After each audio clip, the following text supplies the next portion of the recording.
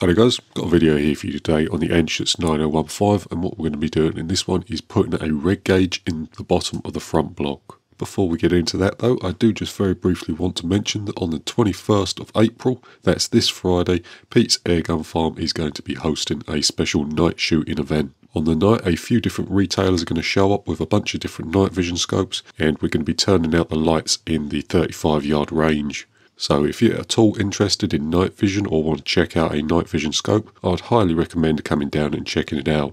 I know Crawley Surplus Store is going to be there. They're going to be showing up with a few different rifles with some nice night vision scopes attached to them. There's going to be Mo's Burger van there, so I'm sure it's going to be a fantastic little night. If you want more information, have a look on the Pete's Airgun Farm Facebook page. With that all said, we can get on with the job.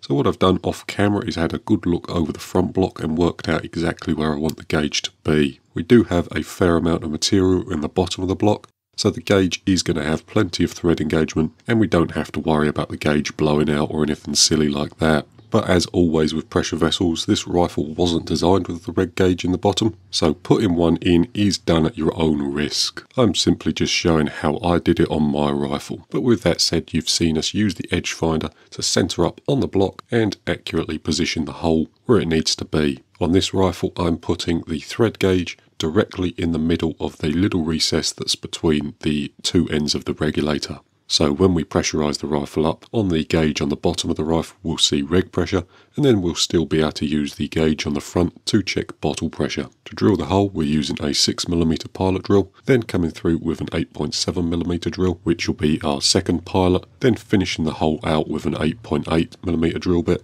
which is tapping size for 8th BSPF. We're using two pilot drills, so coming through with an 8.7mm then 8.8 to ensure that a minimal burr is pushed through into the cross-drilled hole. The cross-drilled hole in this application is the regulator housing, and the regulator itself does have an O-ring that needs to run over this hole. If we have a great big burr pushed through, that's going to make it incredibly difficult to install the reg without catching that O-ring. So we're taking every precaution to make sure we leave a minimal burr on the inside edge.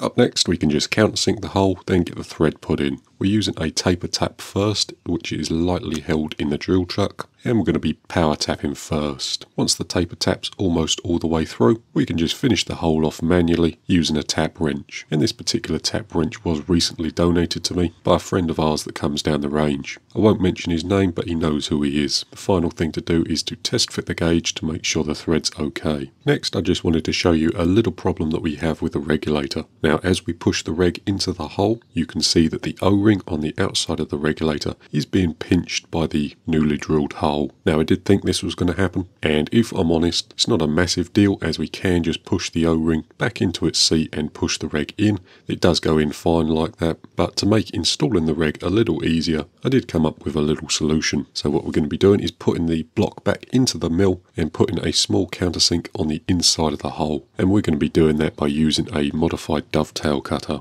Now, I did the work off camera as it was very difficult to both film and see what I was doing, so we're just dry running it here so you can see what we did. But simply speaking, the dovetail cutter was inserted into the hole, then it was fed along the x-axis until we countersunk both sides of the hole. What we did was basically put a small chamfer on the inside edge of the hole, making it so that the O-ring is no longer pinched by the threads as we push through. Last thing is that with the gauge installed, we can no longer fit the action into a standard stock. The stock needs to be modified in order to fit the action into it. So the last thing we need to do is modify our bench rest stock so that it accepts the new gauge. That was very easy to do. All we had to do was reinstall the action into the stock and then use our edge finder to relocate the position of the gauge, then drill through with a 28mm butterfly bit to create the hole for the gauge. We went right through with the butterfly bit, so we'll be able to see the gauge from the bottom of the stock. The butterfly bit does cut surprisingly well on laminate. The only thing that we have to watch out for is the bust out from the other side. To stop that, all we needed to do was pack some wood under the stock so that the butterfly bit was cutting straight into a piece of ply. So with that all said and done, I'll take you back over to the bench and we'll show you the final result.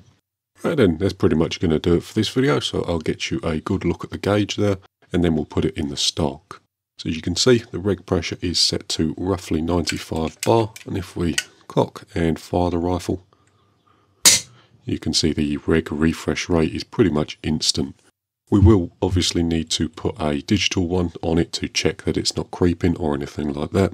Before we got the reg gauge installed, we did estimate the reg pressure to be in the 80 to 90 bar region, as that's where the feet per second started to drop. But it's always nice to know the exact set pressure of your regulator, and I can really think of no disadvantage in being able to see it on the bottom of the rifle.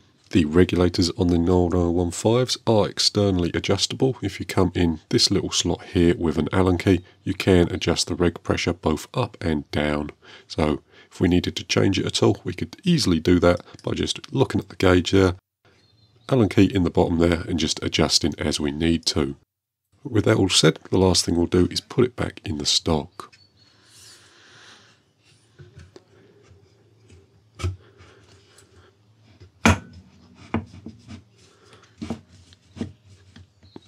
So it is a real nice good fit in the stock there, and as we can see from the bottom, we can see the gauge through the bottom there.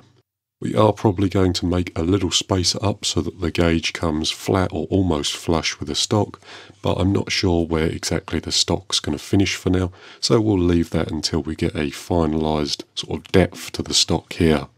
We might rise the stock up a little so it sort of flows a little closer to the trigger, but that'll be coming in a future video.